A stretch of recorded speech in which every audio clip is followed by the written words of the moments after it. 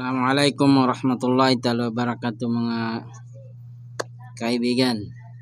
Mayroon ako napanood na isang video sa Facebook ng kwento ng isang batang naging ama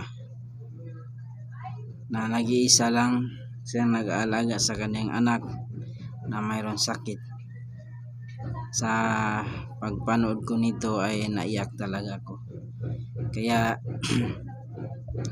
ikaw din talagang hindi matigas ang puso mo at may puso ka.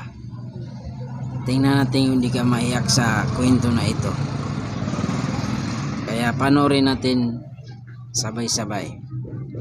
Bago yan mga kaibigan, bago tayo magsimula, sana kung kayo ay baguhan sa ating channel, huwag niyong kalimutan mag-subscribe, i-like and share nitong video natin at mag-comment kayo kung ano ang inyong reaction sa video na ito.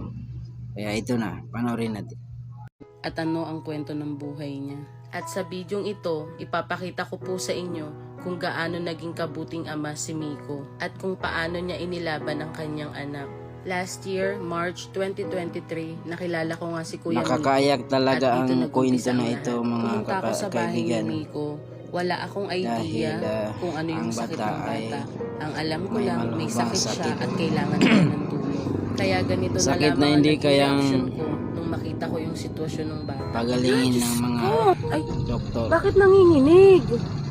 Grabe, At ito naman yung ama niya na ngayon ko lang hihilingin sa inyo na sana i-share yung video ito dahil talagang problema kung paano grabe niya nakakaawa yung bata. magagawa ng Hindi ko naman masabi sa'yo kuya na gumawa ka ng paraan o at hindi siya magtrabaho ka dahil alam ko na hindi mo naman may iwan ng anak mo.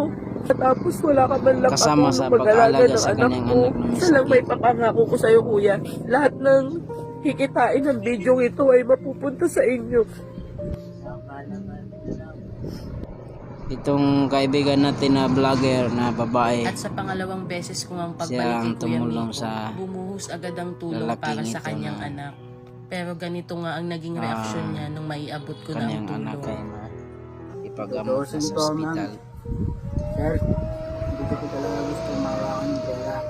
Anong gusto mo? Ang gusto ko, madala yung anak ko sa ospital. Sinasing ospital. Ang anak ko na lang po, dali niyo sa ospital. Huwag na lang po pera. Alam po pera ko. Baka meron din mas mabuting puso po talaga na sundalin yung anak ko sa sinasing ospital. Mga gapon yung nararamdaman niya. At pag tumatagal po pa, hindi ko kayang makita nahihirapan. Araw-araw na lang din doon eh. Hindi ako yung sarili ko. Kumikita mo yung anak mo. Nasasaktan eh. Masakit sa dibdib mo. At yung bata na lang tulungan nyo. At nung araw ngang ito ay mabilis ko nang inasikaso ang lahat para madala na ang anak niya sa ospital. Ngunit eto nga po ang mga sumunod na nangyari. Habang nakakonfine na nga sa ospital ang kanyang anak. Lagi nakatingin sa bintana. Parang gusto mong maglakad, umasal. Hindi ko magawa.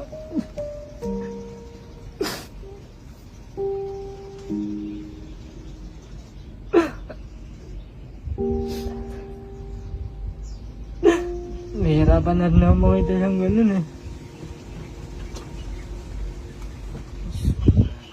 Gusto ko na lang tumahimik. Lalo na ngayon, hindi mo pa siya maalagaan.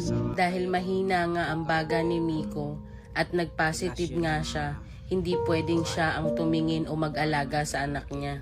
Kaya mas lalong humirap ang sitwasyon dahil hindi niya nakikita o naaalagaan o hindi niya alam ang nangyayari sa anak niya sa loob.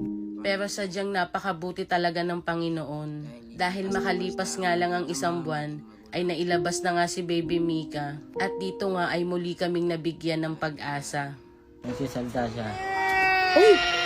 Naiyak na, Miko! Naroon siya makaramdam tayo pagka nasasaktan siya.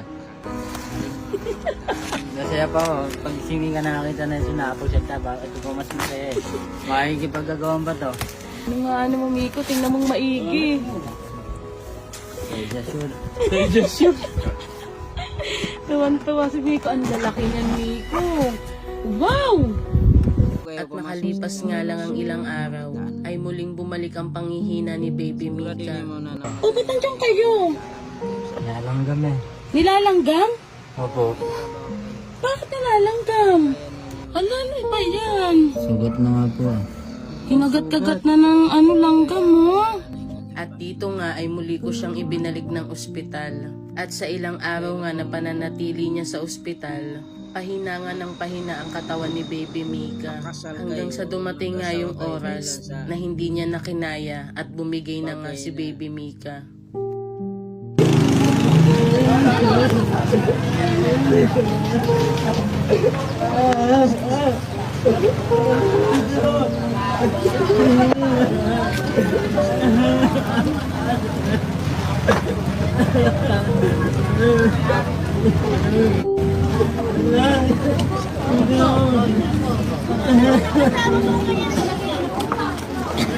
At makalipas nga ang isang buwan ng pagkawala ni Baby Mika, muli kaming bumalik para sa kanyang kaarawan naman.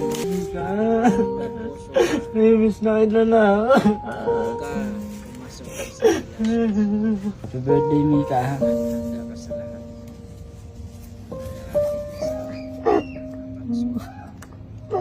Tandaan na hindi libog ang basyan. Pamilya. Hindi libog. Ano naman kita, Mika? Kailangan nandun yung puso mo, isip mo, pamilya mo. Tandaan na hindi libog. Kaya dito lamang mga kaibigan. Sana huwag niyo kalimutan kung kayo ay baguhan sa Miss na kita na. huwag niyo kalimutan. Subscribe, like,